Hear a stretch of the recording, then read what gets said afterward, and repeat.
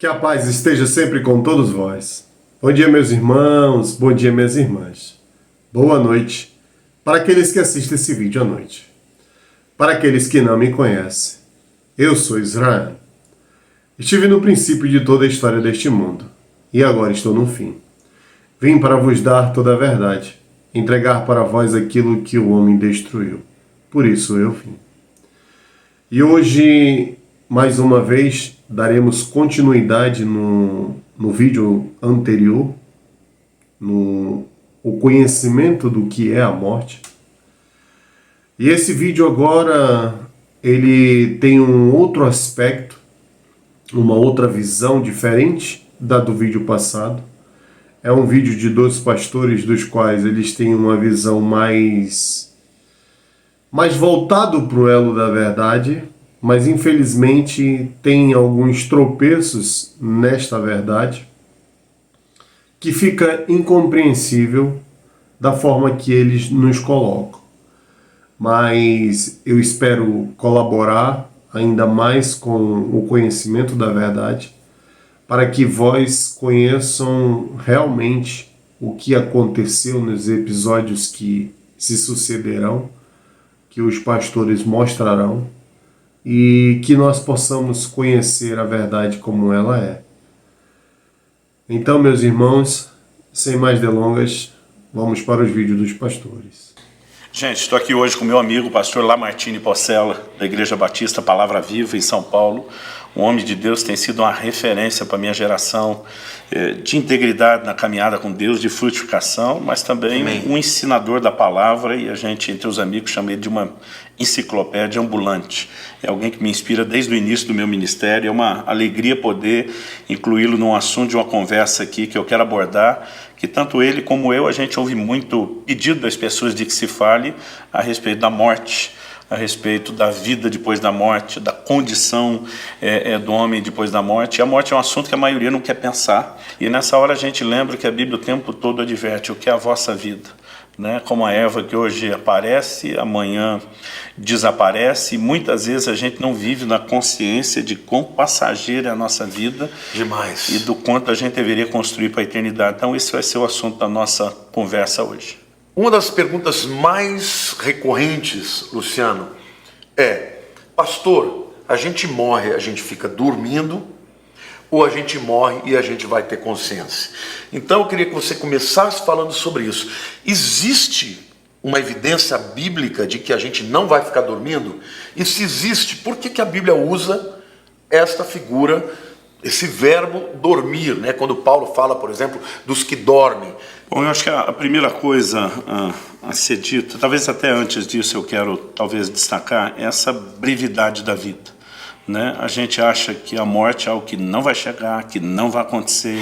A gente tem muita dificuldade de lidar com a morte de entes queridos, porque é aquele momento que por instantes todo mundo lembra: a morte é real, é uma realidade com a qual e esse a gente tem que lidar. que todo mundo vai ter, né? Inevitavelmente, né, vamos ter que experimentar isso. Então, e o que a gente não pensa, se não pensa na morte, é no que vem depois e, obviamente, as consequências. Então, o mais importante é a gente entender que tem, de fato, uma vida após morte, de acordo com a Bíblia. E antes de discutir ela, eu quero lembrar que a forma como nós vivemos determina muito o nosso destino. Então, nós vamos depois terminar essa conversa. Poxa, maravilhoso isso. Falando a respeito. Vamos lá.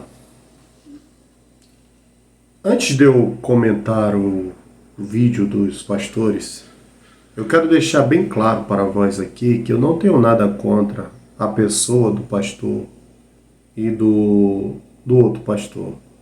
Nem contra o Rodrigo Silva, nem contra ninguém daqueles que eu irei entrar em vamos dizer assim, entendimento das suas palavras. O que eu tenho contra aqui é sobre a propagação da mentira. Aquilo do que não é verdade, isso eu tenho contra. Por quê? Eu não vou trazer aqui o meu achismo. Eu acho que é isso. Não, não vou. Aqui eu trarei para vós os textos bíblicos que provam totalmente o contrário da visão dos pastores e da visão daqueles que a gente irá ainda discutir.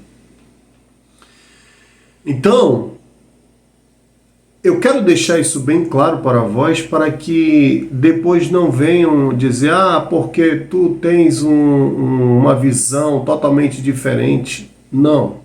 O que eu vou trazer para vós dentro desses vídeos, para que vós entendam esse mecanismo da morte, o que é a morte, o que é essa vida após a morte,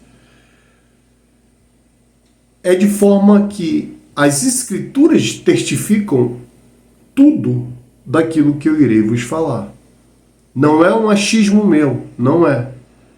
Elas mostram da forma clara tudo que iremos questionar, tudo. Então aqui, eu quero que vós observe esse ponto do qual o pastor está dizendo. Ele diz assim, que o que fizemos, o que vamos fazer e o que faremos, ou seja, na nossa vida, vai determinar a nossa eternidade. Veja que aqui tem um elo da verdade, isso é verdadeiro. O que plantamos, vamos colher. Isso é um elo da verdade. Pelos seus frutos os conhecereis. Não foi assim que o nosso Senhor falou? Sim. Então, há um elo da verdade aqui. Mas no decorrer do vídeo, o pastor se posicionará conforme a sua religião determina. E aqui é um ponto do qual nós temos que observar, como assim eu já vos mostrei no vídeo anterior. Queremos a aprovação do Todo-Poderoso Yah ou a dos homens? Se eu quero a aprovação do Todo-Poderoso Yah, eu tenho que deixar os homens e percorrer na lei, na verdade. E é isso que muitos religiosos não fazem. Por defender a sua religião, tendem a profanar a verdade. Tendem a não aceitar a verdade como ela é. Por ser, diferente do meu ponto de vista que eu acho, aí ele não aceita.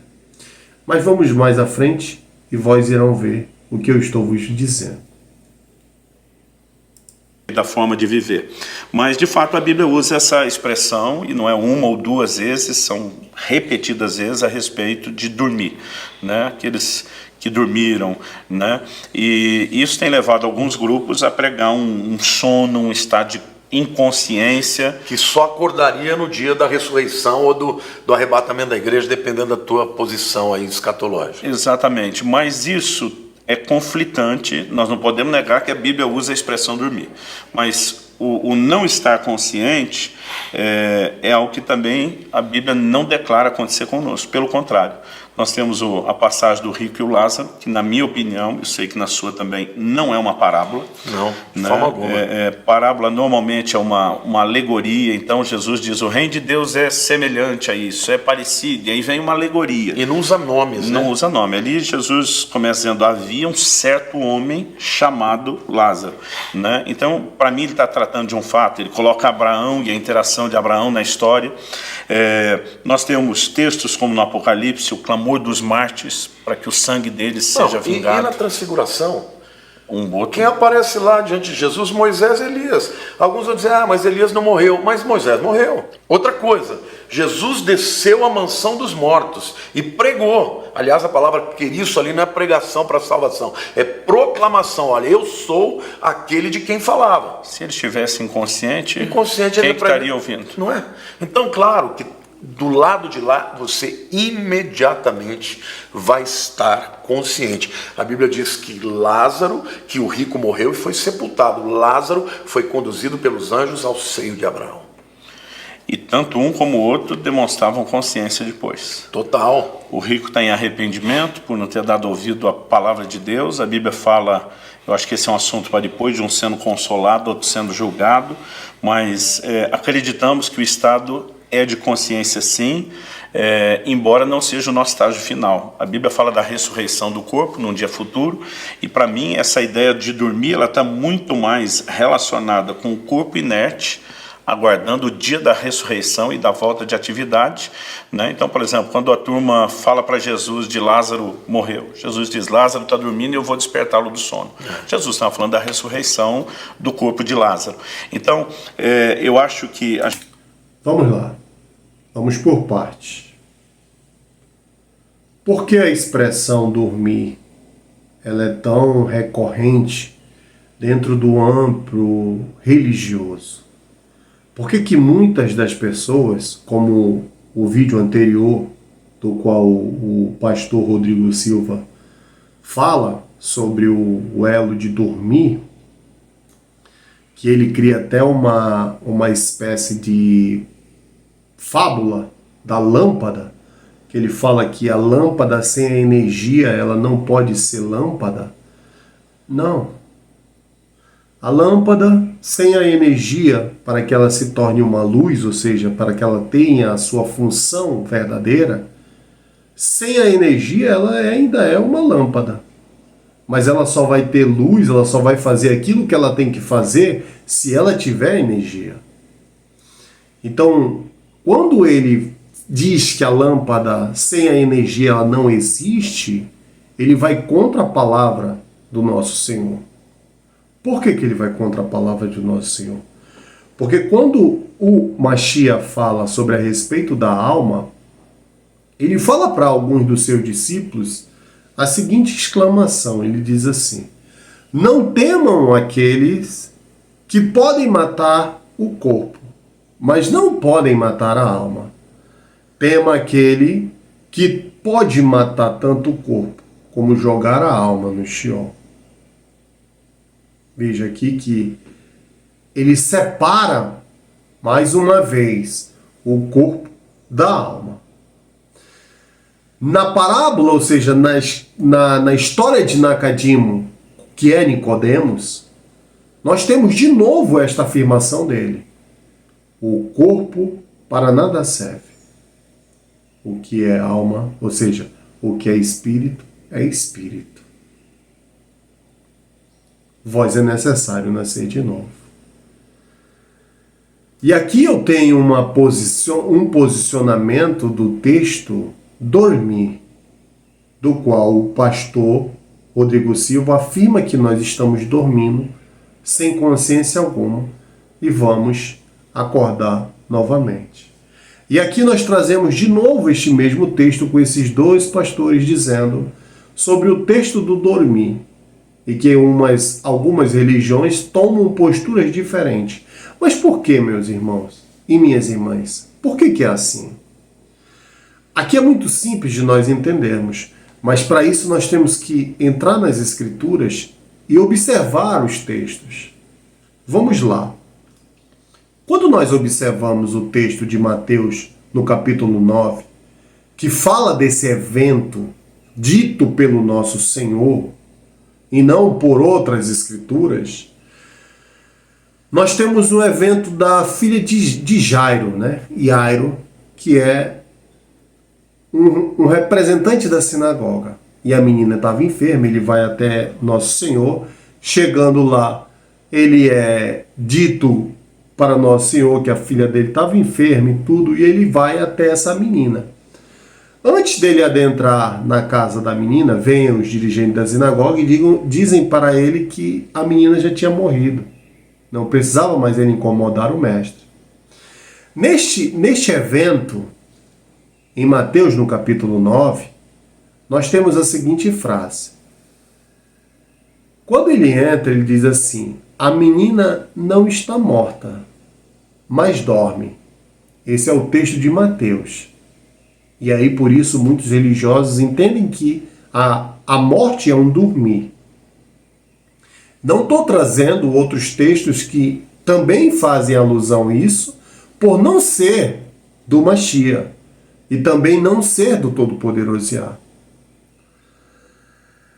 Há um texto nas Escrituras Sagradas que é do Todo-Poderoso Yah, que é referente ao corpo, que é do pó viestes, do pó retornará.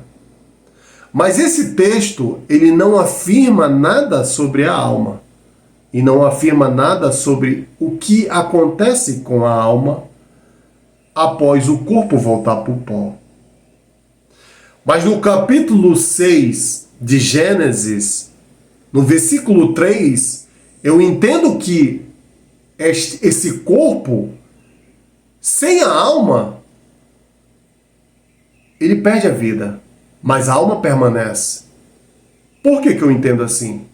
Porque quando o nosso Senhor, o nosso Rei, ele diz assim, ó, não lutará comigo o meu espírito por causa do homem, porque o homem também é carne. Quando ele usa essa expressão também, há uma separação. Por que há uma separação? Porque não é só carne, também é carne. Sei que na escritura de que vós seguem, não deve estar assim, porque é uma escritura já manipulada, já cristã. Mas se vós pegarem a escritura como ela está escrita na Torá judaica, vós irão ver essa expressão desta forma. Ele também é carne. E serão os seus dias 120 anos. A partir daquele momento, nenhum ser mais sobre esta terra ultrapassa os 120 anos. Não, meu irmão, tem gente que tem mais de 120 anos. Não tem. Posso provar isso para vós. Muitas das certidões dessas pessoas que se dizem ter mais de 120 anos, não tem nem mais, já dissolveram. Aí pelo fato da aparência da pessoa ser tão castigada, aí as pessoas dizem, não, essa pessoa aqui tem 135 anos, 140 anos, mas não tem. Não há base, na verdade, porque não há uma, vamos dizer assim, uma comprovação verdadeira que aquela pessoa tem mais de 120 anos. Não tem. Então, quando é determinado pela palavra 120 anos, são 120 anos. Não vai passar. Mas por que o nosso Senhor fez isso? Por que ele estipulou essa idade? Porque quando Adão começa a pecar, e eles começam a se multiplicar, o pecado se multiplica sobre a terra, o Todo-Poderoso Yah fez com que ele pudesse ajudar o nosso caminhar. E a morte ela vem nesse sentido, de fazer com que na minha evolução, ou seja, no meu caminhar, eu tenha um rompimento, para que o pecado ele não se torne recorrente e se multiplique como foi naquela vez, ou seja, no princípio da nossa história. Veja que o pecado, por nós não termos essa limitação de idade, o pecado ele se multiplica sobre a terra. As pessoas não morriam muito cedo. Então a iniquidade que vinha se arrastando com uns se multiplica e faz com que os outros também se contaminem. E aqui nós temos um outro elo da verdade, do qual eu estou vos dizendo que assim é verdadeiramente, que o nosso Senhor também fala sobre isso. Quando ele diz assim, ele declara e diz que se os tempos finais não fossem abirrogados, por causa do aumento da maldade, ninguém se salvaria. Veja que um texto testifica daquilo que eu estou vos dizendo. O aumento da maldade passado se multiplicou dentro disso. Por quê? Porque não havia um rompimento. Aquele que pecava, pecava sempre. Então o Todo-Poderoso Yah, ele faz esse mecanismo da encarnação e da reencarnação para que nós possamos ter a oportunidade de nascermos de novo e assim possamos galgar, vamos dizer assim, outros patamares de espiritualidade, de evolução. Se não fosse assim, aquele ser primitivo, que tinha um pensamento primitivo, ele nunca teria uma salvação. Por que não, meu irmão? É simples. Só através do conhecimento é que o homem adquire a evolução.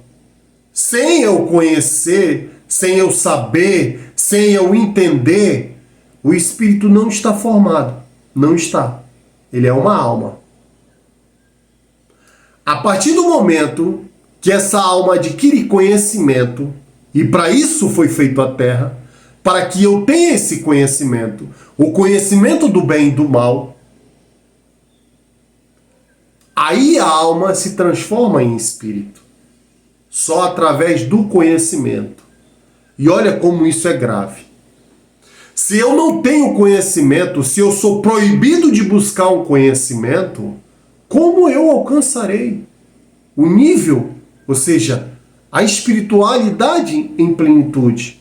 Como eu sairei de uma alma para um espírito? Sei que isso é um pouco conflitante para vós, mas é isso. Sem o conhecimento, eu não sou um espírito. Sem o conhecimento, eu não me torno um espírito perfeito. Não me torno. Eu sou uma alma limitada em determinadas coisas. É simples, olhe para a natureza. Veja que cada animal, cada alma, ela é limitada. Ela só passa a ser um espírito a partir do momento que ela tem conhecimento. Sem o conhecimento, não haverá evolução, não haverá. Para isso foi criada a Terra, para isso foi criado este mundo, para que através do conhecimento nós alcançamos, vamos dizer assim, uma evolução bem maior. Então, quando ele traz essa expressão do dormir, eu tenho que buscar o texto. E o texto em Mateus me diz: a menina não está morta, mas dorme. Mas o texto de Marcos, no capítulo 5, já me dá uma outra visão daquilo que era esse evento. Por que que ele me dá uma outra visão? Porque nosso Senhor aqui já vai afirmar dizendo assim: a menina não está morta, antes dorme. Opa, peraí. Aqui temos um evento diferente. Aqui o nosso Senhor está dizendo que a menina não está morta, mas antes dorme. E como é que eu vou saber qual é o texto verdadeiro? Quem está testificando da verdade e quem não está mostrando a verdade com clareza? Aí eu tenho que ir mais à frente e ver um outro texto que fala da morte de Esaías, que é Lázaro. A morte de Lázaro. Quem ainda não viu o vídeo no canal, peço para que vós vejam os verdadeiros pais de Yeshua. E aí vocês entenderão de quem é Esaías, quem é Lázaro.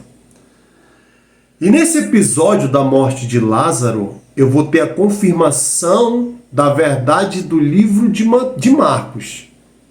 Do que Marcos falava. Por que eu vou ter uma confirmação?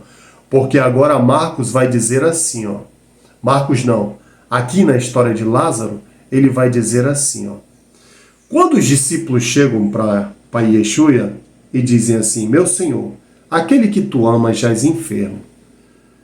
Yeshua fala e diz para eles: essa enfermidade não é para a morte, mas para a glória do Todo-Poderoso Yahweh. E eles continuam naquele local. Passa-se um dia, e aí é declarado pelo nosso Senhor as seguintes palavras. Ele diz assim: Lázaro dorme, mas eu irei despertá-lo. Vejam que aqui, neste momento que ele diz Lázaro dorme, mas eu vou despertá-lo, na história já é dito que os discípulos não compreendiam o que era isso. Mas Yeshua já falava da morte física. O corpo já não tinha mais vida. Mas aí os discípulos não compreendiam aquilo que ele estava falando. É tanto que ele dizem assim: ah, meu Senhor, se dorme, se recuperará. Mas o texto já mostrava que aquilo era a morte física do corpo. O antes dorme. Mas aí eles ficam mais 2 dias. Mais 2 dias eles ficam naquele local. E aí nosso Senhor novamente declara: Lázaro morreu. Mas me alegro por vossa causa. porque agora ele crerá. Olha só. Por que ele crerá? Veja que há um intervalo nesses dois eventos. Antes, dorme. Lázaro dorme. A partir de 2 dias, que já faziam 3 dias que Lázaro estava morto, ele diz: Lázaro morreu. Nosso Senhor também declara para os discípulos que ele iria morrer, mas no 3º dia ele ressuscitaria. Por que o nosso Senhor não poderia ressuscitar no 1º dia, nem no 2º dia? Só apenas no 3º dia ele iria ressuscitar. Aí o pastor aqui coloca que, por causa desses 3 dias, nosso Senhor desce à mansão dos mortos, apregoa para os mortos e depois ascende. Foi por causa disso? Não, não foi por causa disso. Existe uma lei divina posta no corpo, uma lei da qual o corpo necessita, ou seja, a alma necessita desses 3 dias para que ela se desprenda da matéria. O corpo do pó veio, do pó ele retornará. Mas a alma não. A alma é eterna. Então veja que aqui esse mecanismo ele é presente nas Escrituras, mas eu não compreendo assim. E por isso eu tenho que entender de uma outra forma. O dormir, morro, estou dormindo. Não. É claro, tá aí, eles mesmos estão dizendo sobre a história do rico e do Lázaro. Falam também de Moshe e de Elias, que eu irei vos explicar posteriormente o que é essa história de Moisés e Elias.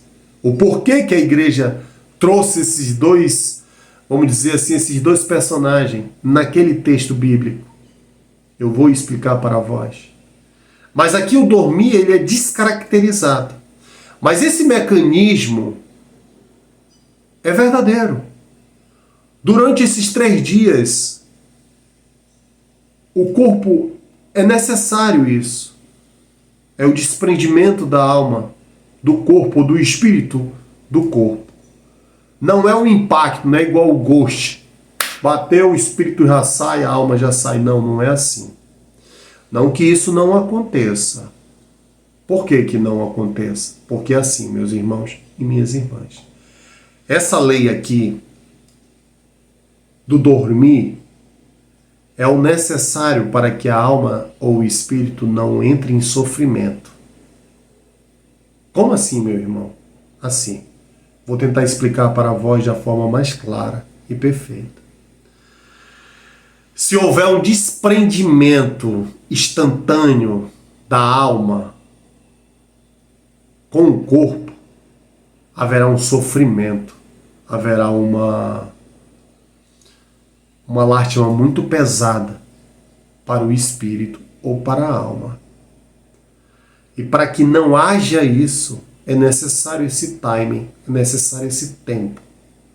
Ou seja, devagar, para que o corpo não sofra. Ou seja, para que a alma não sofra ou o espírito não sofra. Porque o corpo, ele não sofre, mas a alma e o espírito sofrem. Se houvesse rompimento instantâneo, haverá um sofrimento, haverá um romper da lei divina, para que não haja tortura, para que não haja sofrimento.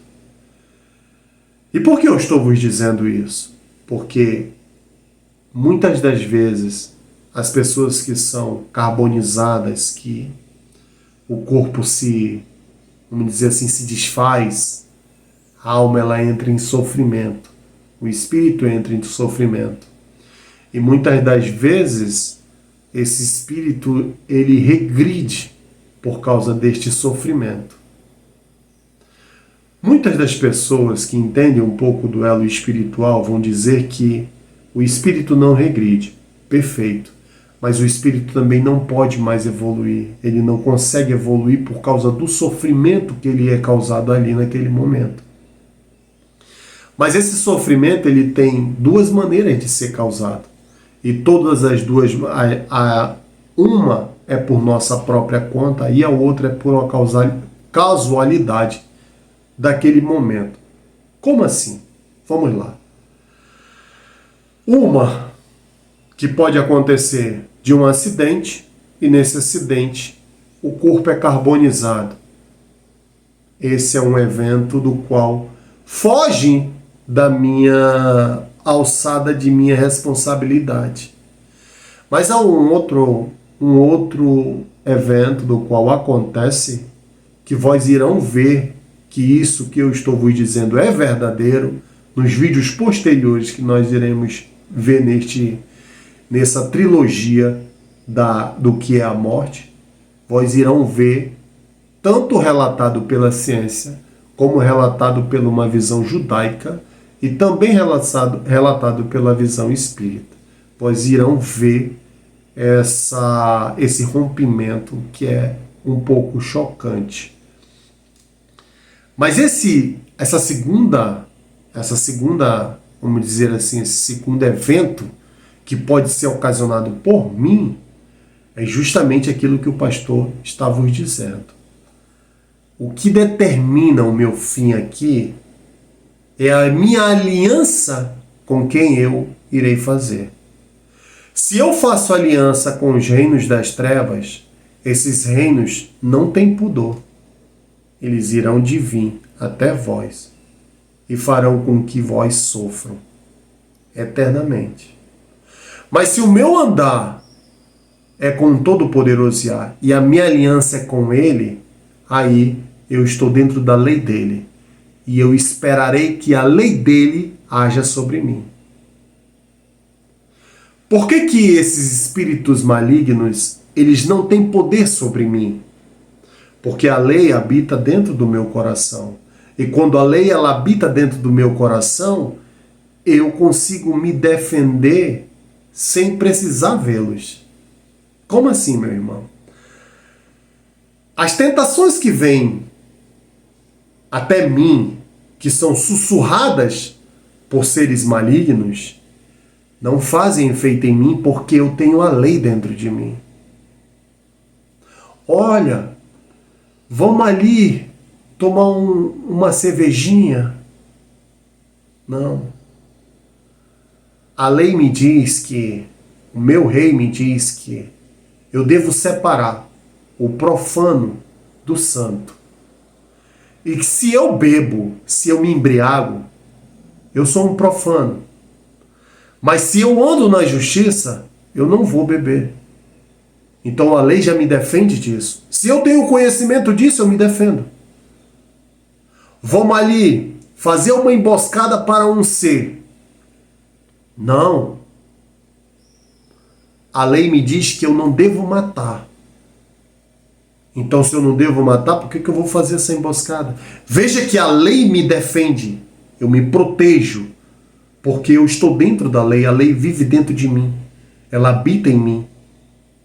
Então, a minha casa está cheia. Nenhum demônio vem e coloca os seus pertences dentro de mim. Não vai entrar. Porque minha casa está cheia.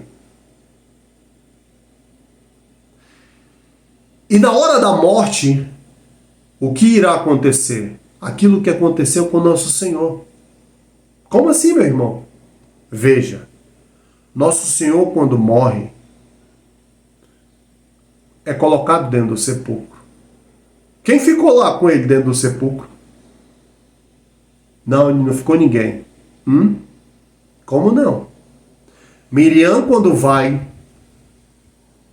no segundo dia da semana até o sepulcro, quem ela vê lá dentro? 2 anjos. Eles guardavam ele, guardavam o corpo, até que houvesse o desprendimento. Não, meu irmão, mas o corpo já não estava mais lá, ele ressuscitou junto com o corpo. Não. Nada a ver. E por que nada a ver? Por que não com o corpo? Como diz o pastor Rodrigo Silva, a alma sem o corpo não existe. Não, não é assim.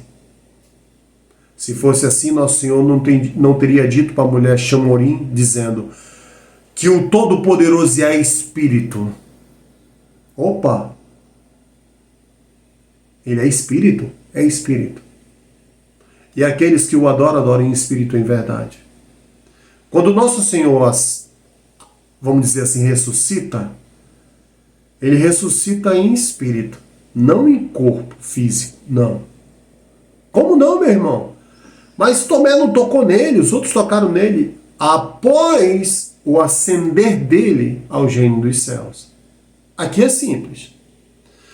Quando Miriam entra na catatumba lá, ou seja, no sepulcro, ela vê o homem. E o homem diz, olha, ele ressuscitou. E ela não crê, e aí o Nosso Senhor aparece e diz para ela, Miriam, conversa com ela. Aí ela vê que ela não conseguia ver quem era que estava falando com ela, por ser uma visão meia, vamos dizer assim, um pouco clara demais. A luz resplandecia e ela não enxergava. E aí quando ela descobre que é ele, ela tenta pegar nele. Aí ele disse, opa, não me toque, porque eu ainda não ascendia meu pai. Se ela tentasse pegar nele, ela não pegaria em nada, porque ele estava em espírito. A partir do momento que ele ascende ao Pai, ele é revestido com um corpo glorioso, mas um corpo que não tem nada a ver com o nosso corpo aqui. Não. Não, meu irmão, mas Tomé pega nas feridas dele, vê as feridas dele, olha tudo o que aconteceu com ele. Sim, meu irmão, sim.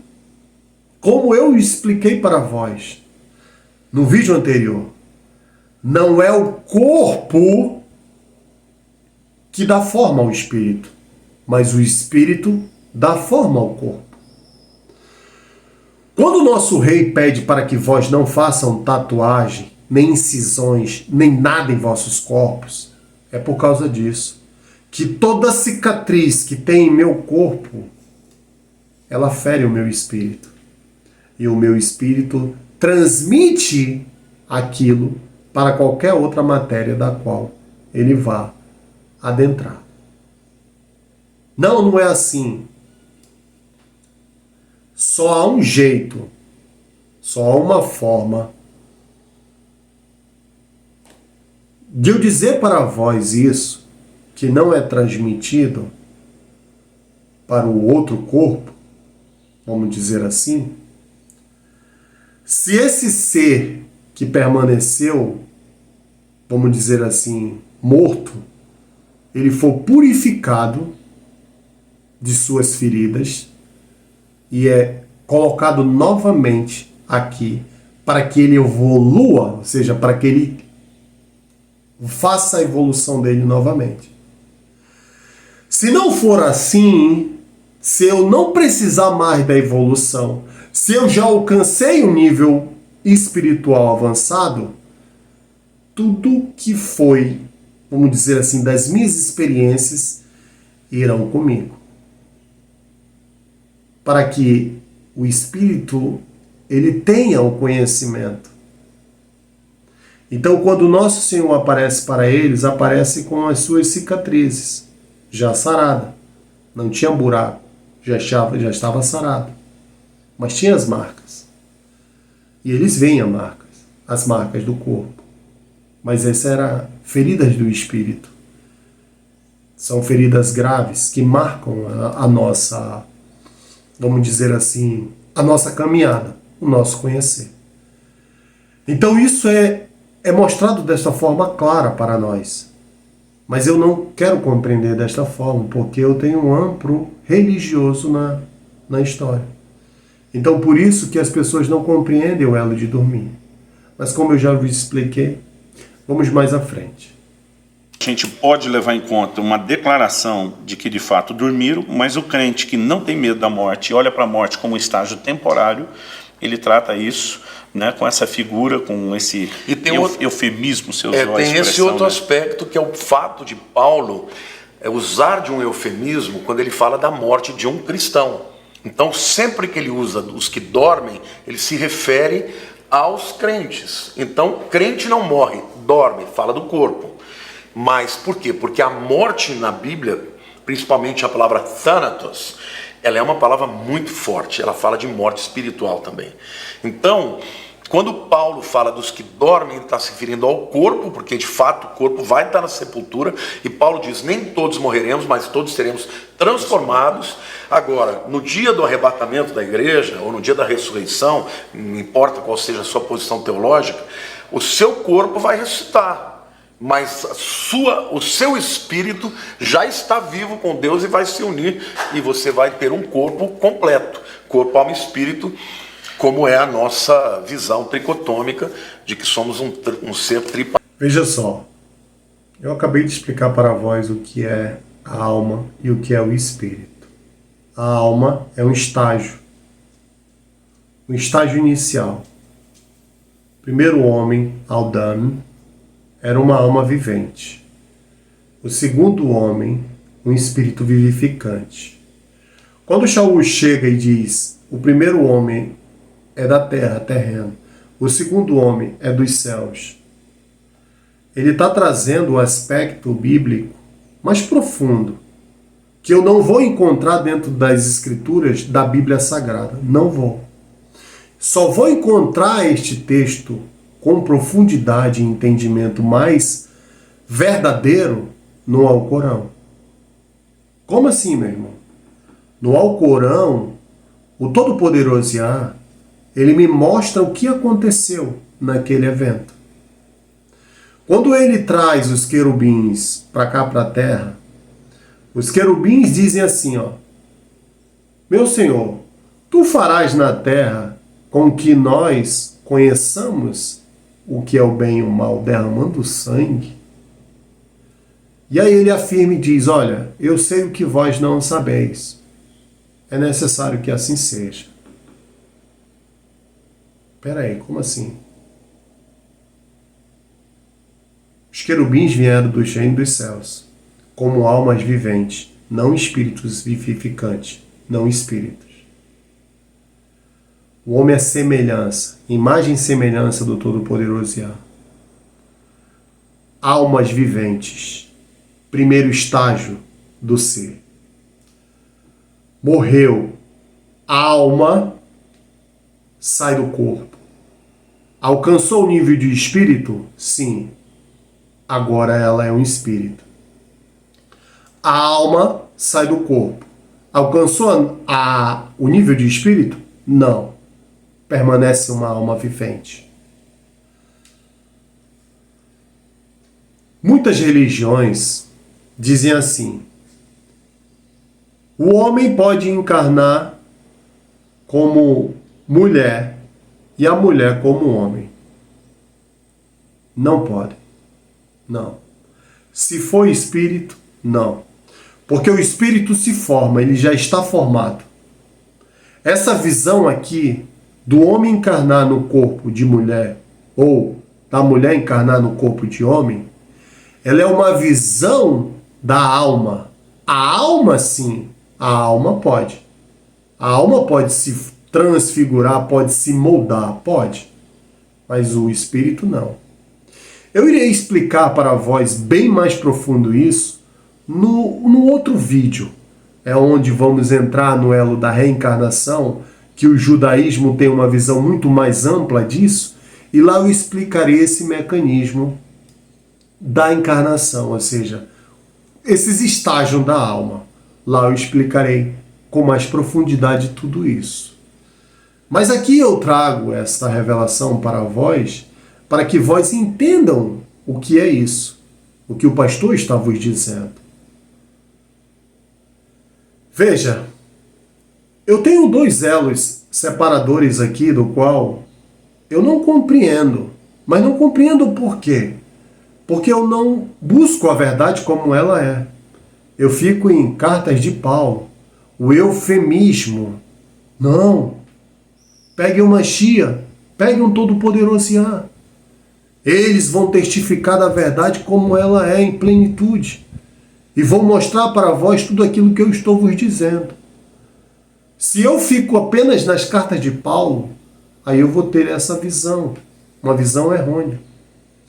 Mas vamos lá, vamos ver o que eles têm para nos dizer.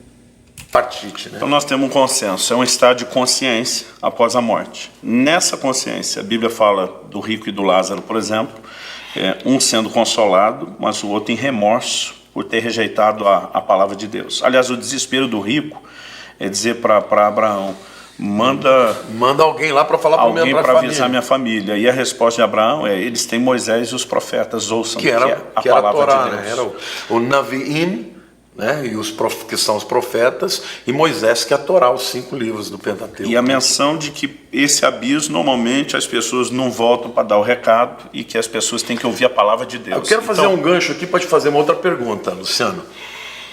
Porque quando a gente vê, por exemplo, no Velho Testamento, a palavra para o lugar dos mortos é Sheol, ou Seol.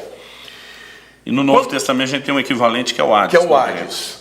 Mas esse não é o destino final, porque Não. no destino final é o Geena no grego ou Ginon no hebraico. Esse aqui é o inferno, o lago de fogo. O rico estava na antessala do inferno. Isso, uma coisa que eu queria que você explicasse. Antes da ressurreição de Cristo, eles estavam onde? E depois da ressurreição de Cristo, onde que estão os mortos? Porque lá na visão do rico e o Lázaro, nessa história, porque não é uma parábola, você vê que tem um abismo, de um lado está o seio de Abraão e os salvos, do outro lado os perdidos. Mas a gente sabe que após a ressurreição de Cristo, houve uma mudança no lugar dos salvos. Você podia explicar um pouquinho sobre isso? Sim, eu acho que é importantíssimo falar disso. É impossível a gente estudar alguns assuntos, soteriologia, escatologia, qualquer assunto relacionado com isso e não mexer nesse assunto. A Bíblia fala que Jesus, ele entrou como precursor nos céus. Isso significa que se ele é o precursor e se ele é o arquegos no grego. O primeiro, que ninguém tinha entrado lá antes. Isso. Então, eu acho que esse é um ponto de partida para a gente entender o seio de Abraão. As pessoas estavam indo para um lugar de espera, um lugar onde... Lugar dos mortos. Onde havia tanto consolo de um lado como juízo do outro, mas é só depois que Jesus desce. A Bíblia diz que ele desceu às partes mais profundas, ele prega os espíritos em prisão. A Bíblia diz que subindo ao alto, no livro de Efésios 4, ele levou o cativeiro, né? E que ele não chega sozinho nos céus. Hebreus 2, por exemplo, mostra a declaração dele, né, dizendo, eis-me aqui e os filhos que Deus me deu. Então ele literalmente é o primeiro, ele leva um grupo com ele. Ele leva não só as pessoas, mas leva todo, né? O seio de Abraão. Vamos lá. Vamos por partes, aqui como os pastores estão colocando. Veja que eles classificam muito bem, o posicionamento deles aí está corretíssimo. Há lugares,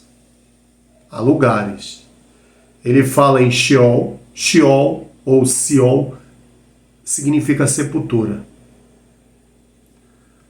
Gehinnom, que é o inferno, que é o que a terra irá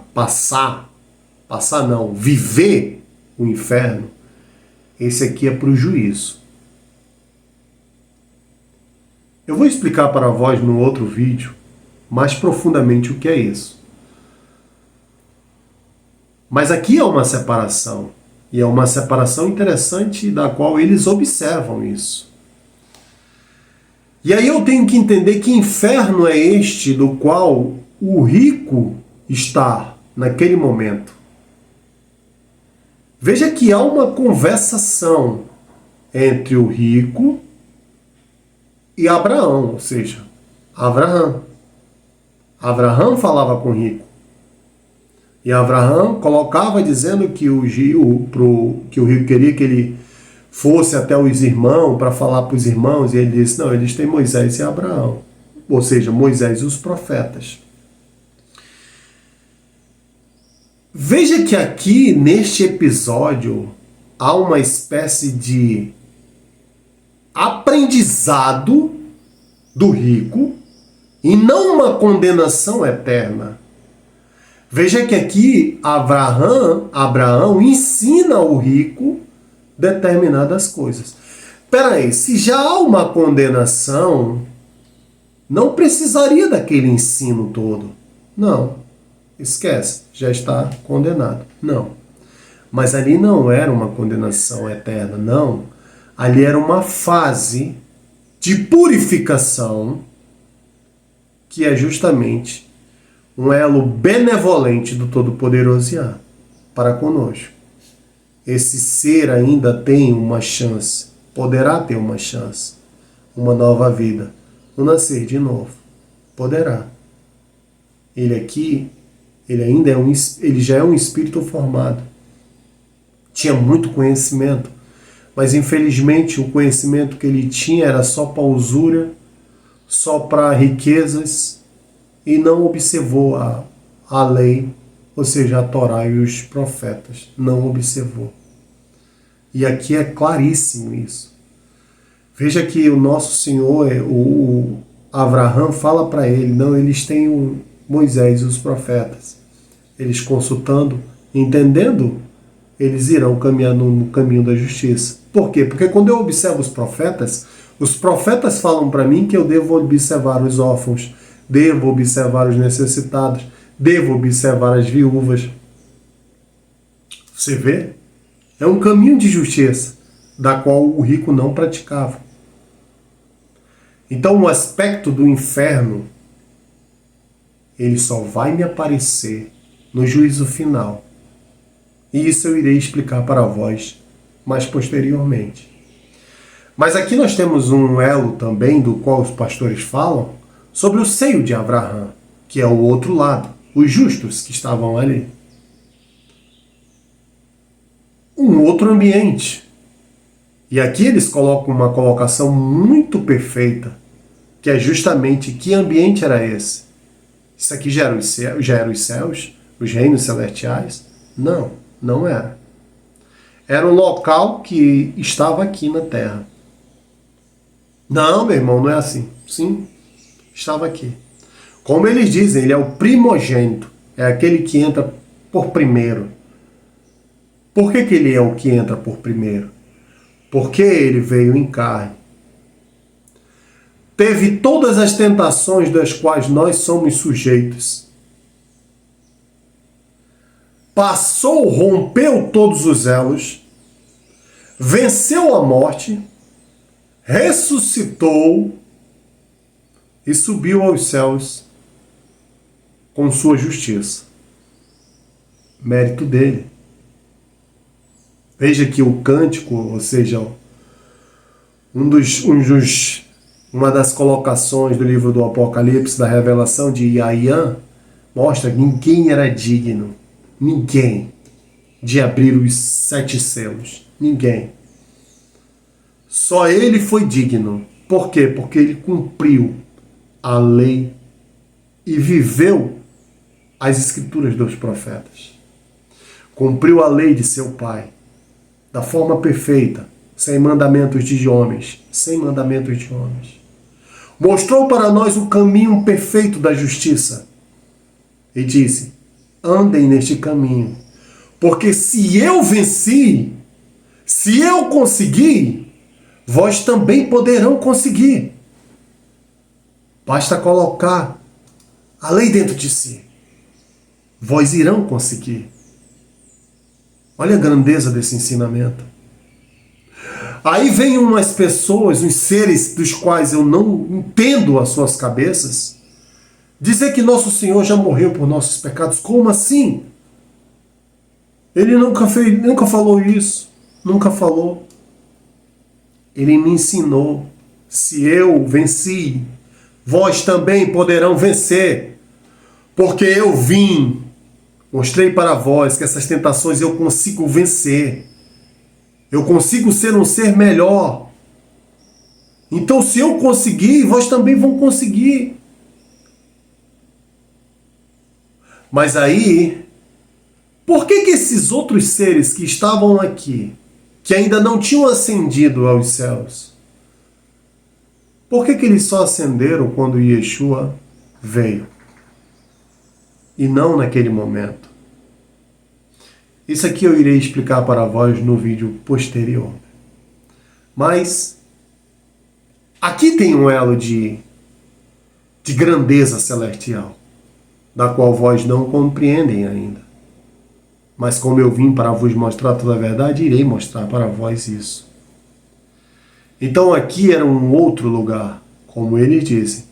E eles vão afirmar agora que este lugar ganhou um upgrade.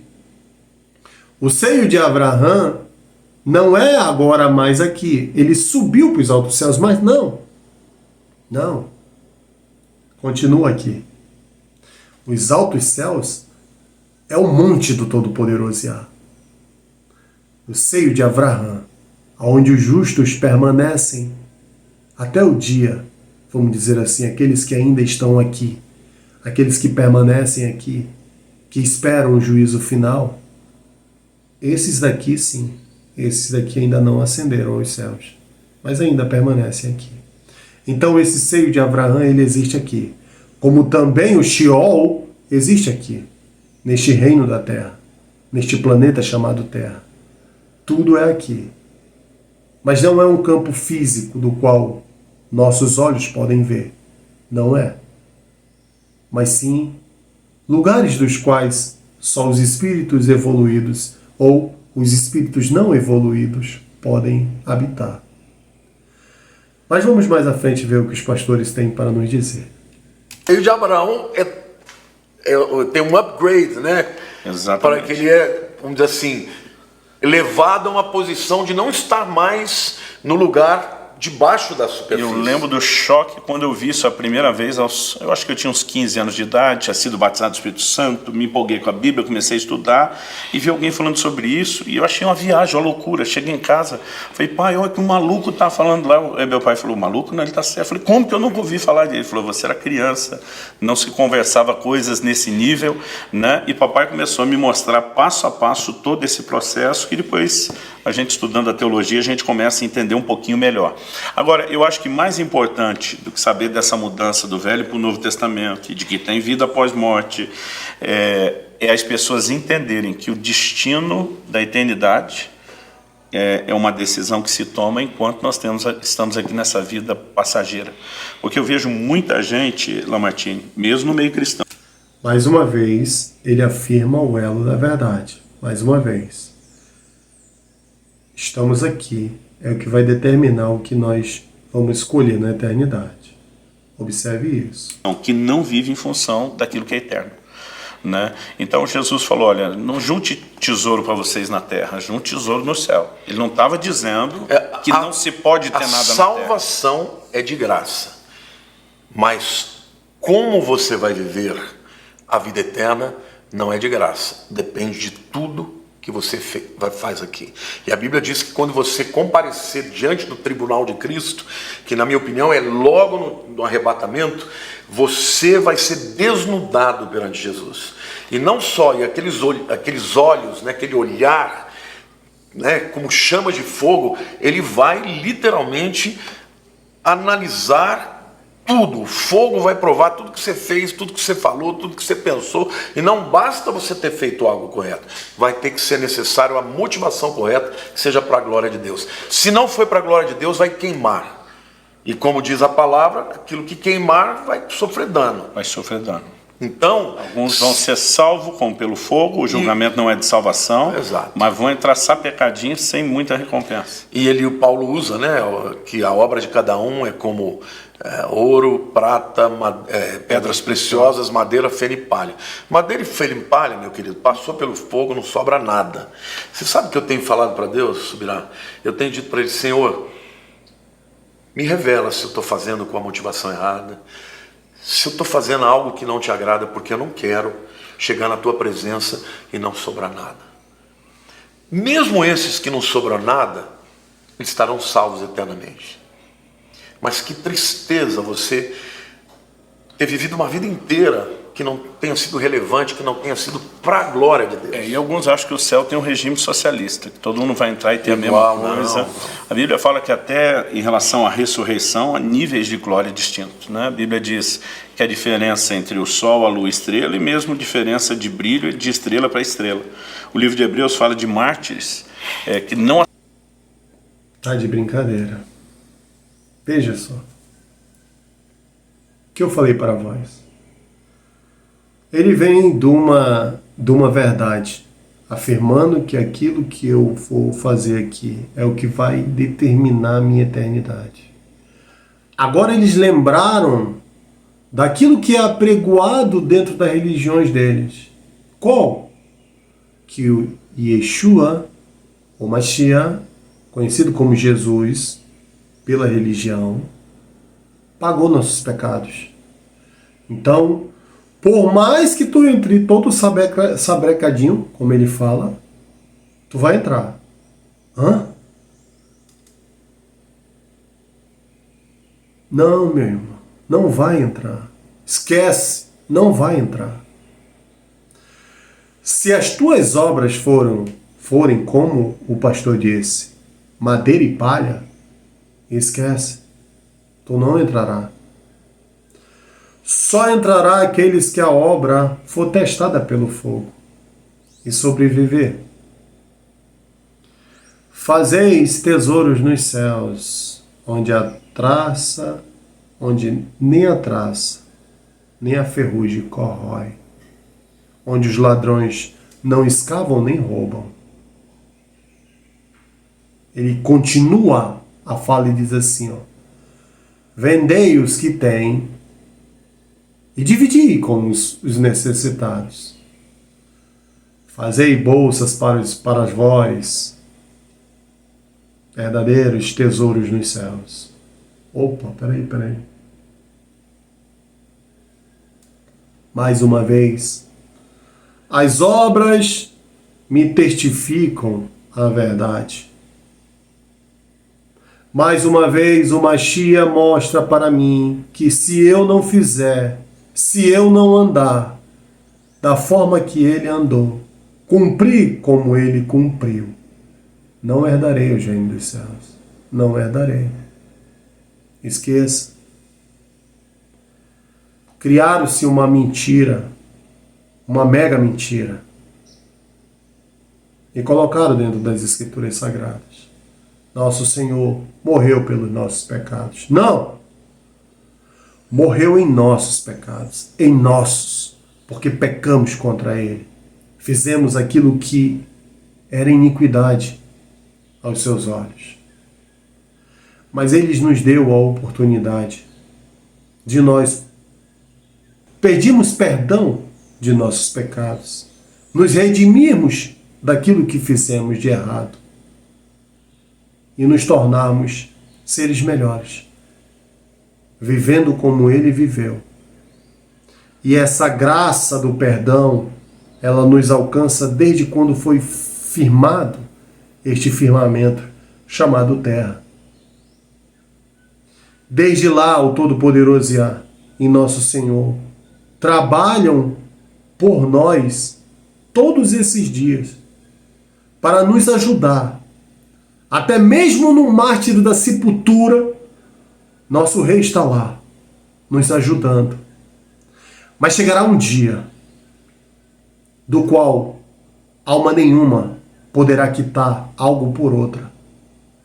E nesse dia não haverá mais o Todo-Poderoso Yah para conosco no sepulcro. Não haverá. E esse é o verdadeiro inferno que o homem virá. Ele clamará e não haverá nenhuma mais sequer sussurro do Todo-Poderoso Yah. Nenhum mais sussurro. Porque acabou o tempo. Foi dado um tempo. Nós temos um relógio contra nós. Não temos, meu irmão, temos. Se não fosse assim, se não tivesse um tempo para a terra, o nosso rei não teria colocado o sol e a lua para ser o nosso relógio. Mas ele colocou Ele estipulou um tempo. E esse tempo chegou ao fim. Estamos num relógio, nos últimos minutos, as últimas horas, que antecedem o fim deste mundo. E se eu não mudar agora, infelizmente, não herdarei o reino dos céus. A terra tornará a ser o que ela era, a anterior à vida. Um caos, lava, enxofre e fogo. É o que ela se tornará novamente. E esse será o verdadeiro inferno. Esse é o Guerrenon, tanto falado e tanto temido por todos. Mas quem me colocou lá dentro? O Todo-Poderoso? Ou eu? Quem foi que fez com que essas coisas caíssem sobre mim? Foi o nosso rei? Não. Ele nos ajudou todos esses tempos. Todos esse tempo.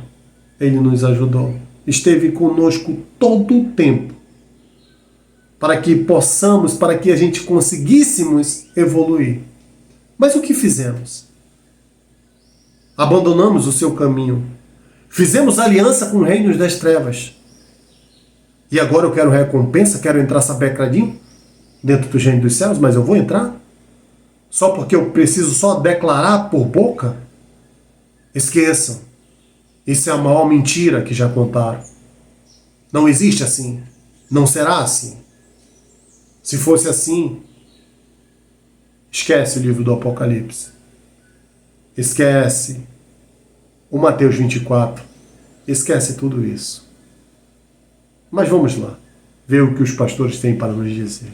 Aceitaram o seu livramento porque estavam de olho numa ressurreição superior. Então vão ter níveis de glória, de recompensa. Mas isso é para quem entrou. E para quem ainda não sabe se vai entrar, qual seria o nosso conselho aí? Meu querido, quero te dizer uma coisa.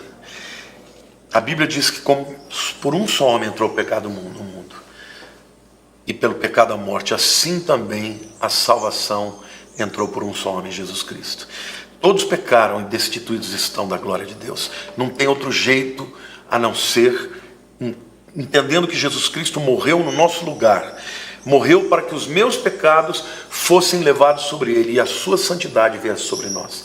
A Bíblia diz, pela graça sois salvos mediante a fé. Isso não vem de vós, é dom de Deus, não de obras para que ninguém se glorie. Só pela fé em Cristo como único e suficiente Salvador, alguém vai estar presente lá. Não vai ter ninguém no céu que vai poder dizer, eu estou aqui porque eu mereci. Você só estará lá. Aliás, o cântico do Cordeiro vai dizer isso. Ao único que é digno de receber a honra, a glória. Queridos, quando eu penso nisso, eu penso na alegria, na exuberância de uma vida plena de felicidade por saber que eu não merecia estar lá. Mas eu vou estar. O Spurgeon falou certa vez, lá no céu eu vou ter 3 surpresas. A primeira é que muita gente que eu esperava não estará. A segunda é que muita gente que eu não esperava estará. E a terceira é que eu vou estar lá. Só tem um jeito, através de Jesus. Ele disse, eu sou o caminho, a verdade. Meus irmãos e minhas irmãs, espero que esse vídeo chegue a este pastor. Espero muito. Para que ele acorde. Ele acorde. Por que ele acorde? Para que ele entenda que sem as obras ele não estará lá. Não estará. Como, meu irmão? É um homem de Deus. Eu sou homem de Deus só pelo meu falar da palavra? Vá dentro de uma penitenciária. Vá lá pregoar a palavra. Tem deles que sabem o livro, ou seja, eles conhecem as escrituras decoradas na sua mente. Mas as obras deles, quais são? O que eles fazem? Por que eles estão ali? Eles são conhecedores da palavra, são. Nosso Senhor diz, muitos chegarão naquele dia e me dirão, não profetizamos em teu nome? Em teu nome não expulsamos espíritos malignos? Em teu nome não operamos milagres? Quem são esses seres que fazem essas coisas?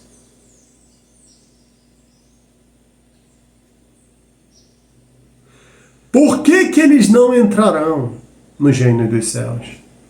Porque suas obras é palha e madeira. São obras feitas para si próprio. Agora ele está defendendo que gentes vão estar e gentes não vão estar. Só vai estar aqueles que declararem, mediante suas bocas, que Jesus é o Salvador. Olha só. Todo mundo vai estar. Eu quero ver um que não vai declarar isso.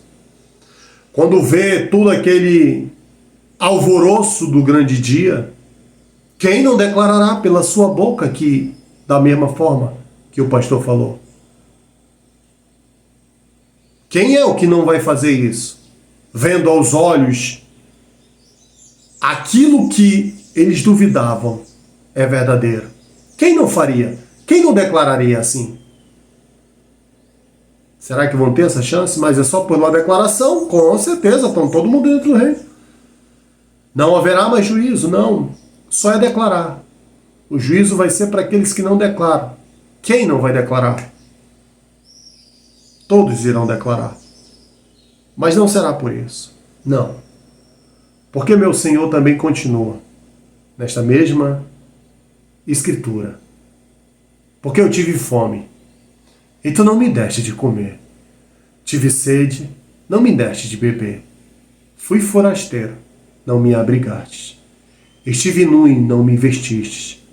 Estive em aflição e na prisão e não viestes a mim. Olha só. O que são isso? Obras. Obras dignas de arrependimento. Mas essas obras não são obras de vangloria. Não são. É obra de natureza pura, plena e justa. Não faça com a direita o que a esquerda observa. Todos aqueles que fazem caridades, postam na internet, fazem aquele alvoroço todo, já receberam seus galardão. Já receberam. Mas aqueles que guardam os mandamentos, que vivem os ensinamentos e se tornam um ser melhor, perfeito, fazem aquilo com justiça, sem ver a quem, e sem buscar um elo de aprovação dos céus. Não, não é isso. Tem que ser do coração. Tem que ser motivado pelo meu coração. É o meu aquebrantamento. É o me colocar no lugar daquele outro ser. É para isso. E não para isso que ele está dizendo. Não é dessa forma. Não é. Mas vamos ver o que ele tem mais para nos dizer. A vida. Ninguém vem ao Pai senão por mim. Então abra o teu coração, entrega a tua vida para Ele, confessa que sozinho você não dá conta e dá o seu coração para Jesus, porque o teu nome será escrito no livro da vida. É maravilhoso. Eu me lembro do dia, com 19 anos, que eu entreguei minha vida para Jesus. Eu tinha convicção de que eu jamais podia ser aceito. Muitos homens, inclusive meu pai, fez profecias muito malignas a meu respeito. Vai virar um bandido, porque eu era muito rebelde. Mas naquele dia, eu vi as pessoas dizendo, o pastor pregando, que não importa o que eu tivesse feito, que ele me amava e perdoava os meus pecados. Todos os dias subirá. A minha primeira oração é: Senhor, eu te agradeço pelo perdão dos meus pecados. Por isso que a glória tem que ser dele, e o nome dele é o único nome que deve ser pregado, porque não há outro nome no céu, na terra ou debaixo da terra, pelo qual se possa ser salvo no seu nome de Jesus. Os apóstolos falam isso com clareza lá, né? Não há outro nome dado entre os homens pelo... Perfeito. Perdão dos meus pecados. Ele me concede, sim, me concede. Mas eu venho na mesma linha de Nosso Senhor. O Todo-Poderoso já testifica sobre isso. Os perdão dos nossos pecados. Testifica.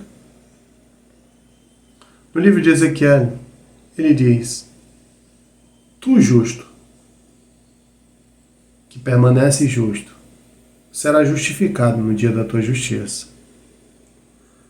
Mas tu, justos, que é justificado pela tua justiça, no dia que tu pecar, não pensas que a tua justiça te salvará.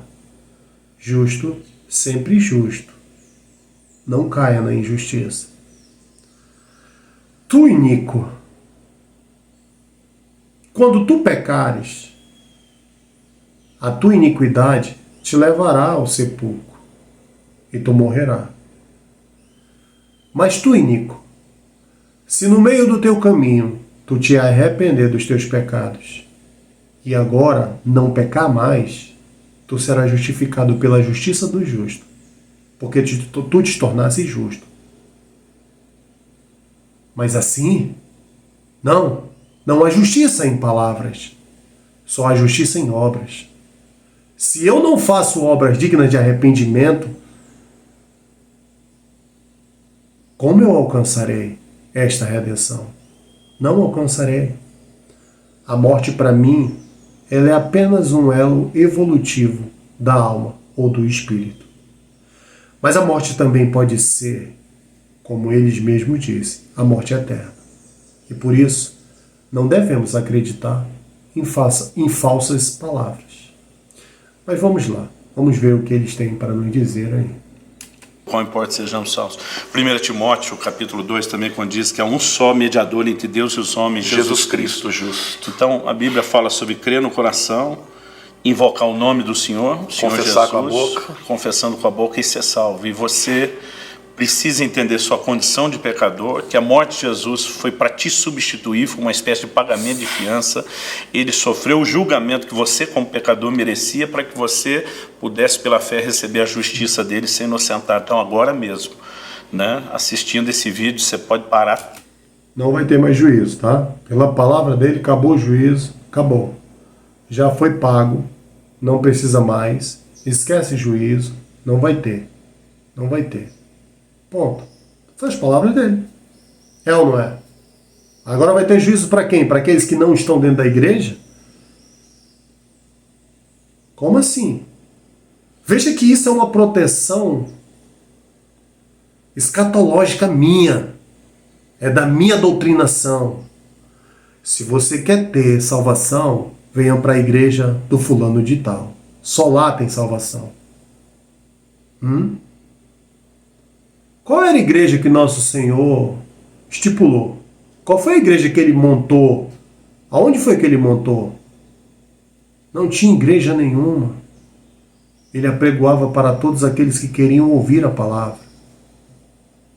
Mas a verdadeira palavra. Não esta palavra falsa. Não.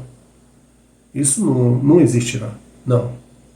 Porque há uma testemunha que testifica contra estas palavras.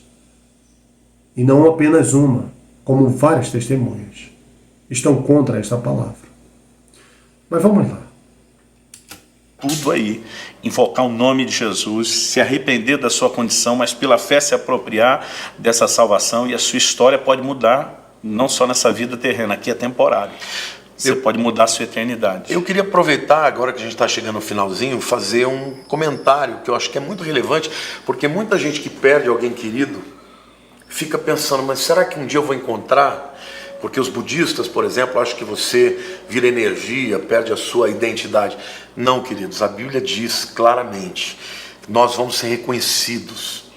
Na história do rico e o Lázaro, Abraão é Abraão, o rico é o rico, Lázaro é o Lázaro. Você sabe quem é quem. Quem é quem? Na transfiguração, até Pedro fala, vamos fazer 3 tendas aqui, um para o Senhor, um para Moisés e um para Elias.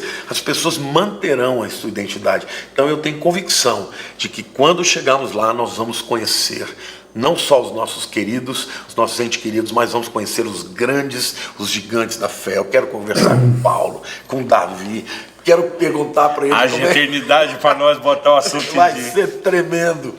Bom, a morte, ela pode acontecer a qualquer hora, a qualquer momento. Não há garantias a respeito de tomar conhecimento disso prévio. Então, a gente tem que estar pronto e preparado. Pronto e preparado. Primeiro, garantindo uma eternidade com Cristo. Segundo, garantindo uma recompensa diferenciada, né? Uma eternidade pela qual a gente faça valer a pena aquilo que nos aguarda depois, vivendo de uma forma diferente para Deus aqui. Aleluia. E sabe, querido, quero terminar dizendo, consagre a sua vida. Viva para Jesus. Ame a Jesus. Há uma promessa de Deus.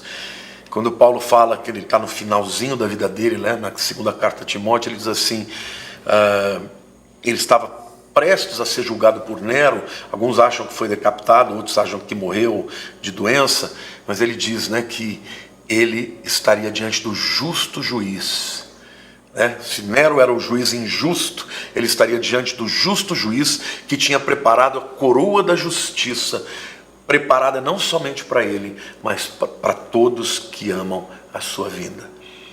Viver para a vinda de Jesus, seja no arrebatamento, seja na morte, consagrando a nossa vida, é o que você e eu temos que fazer. E eu quero terminar fazendo uma oração por você. Amém. Meu Deus, que cada uma dessas pessoas que nos assistem possa, em primeiro lugar, tomar a decisão. Este é o pensamento dos religiosos, infelizmente. Cada um puxa para aquilo que mais convém. Veja o posicionamento do pastor. Consagre a sua vida. Para quem? Vamos consagrar para quem? Eu devo consagrar a minha vida ao Todo-Poderoso Yahvé. Como consagrarei a minha vida se eu não ando nos caminhos daqueles das que o meu rei me mandou andar? Que consagração é essa? Apenas de boca? Ou pelos interesses próprios? Faça assim. Vamos ver se são justificados pelas suas obras.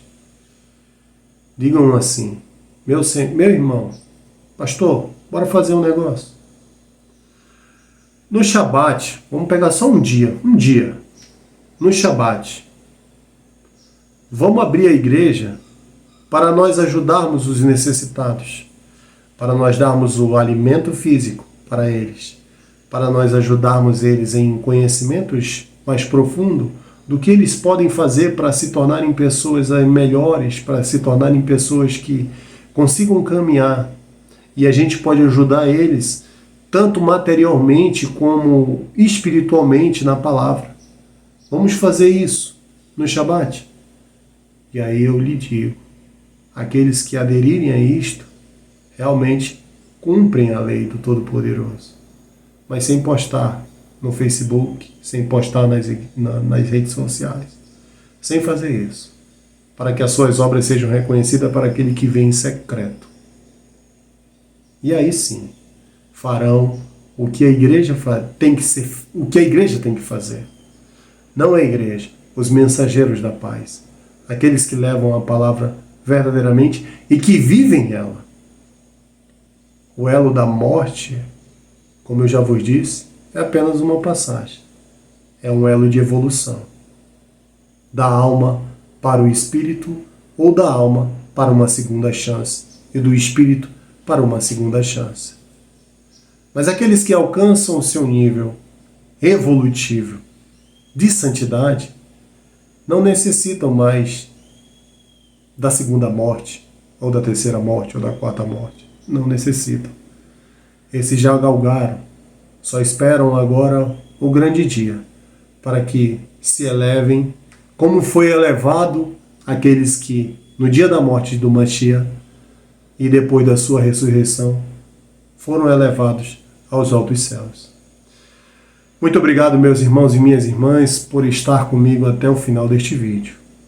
Agora entraremos na terceira e última parte dessa trilogia de explicação o que é a morte. E agora entraremos na parte mais, vamos dizer assim, mais profunda do entendimento do que é esse mundo espiritual. Vem agora o judaísmo, o espiritismo e junto a ciência, para comprovar tudo aquilo que eu vos falo.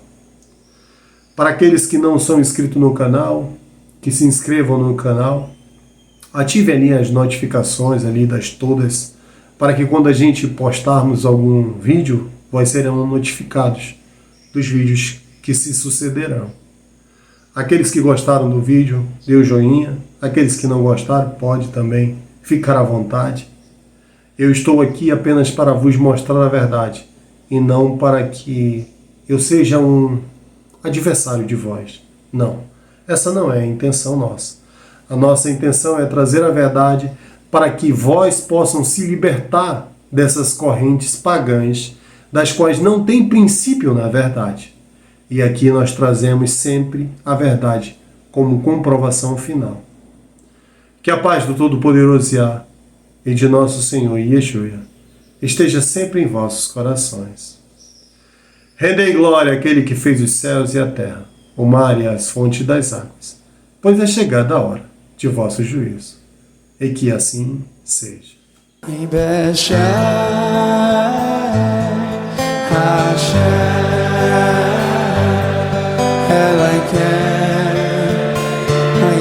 Like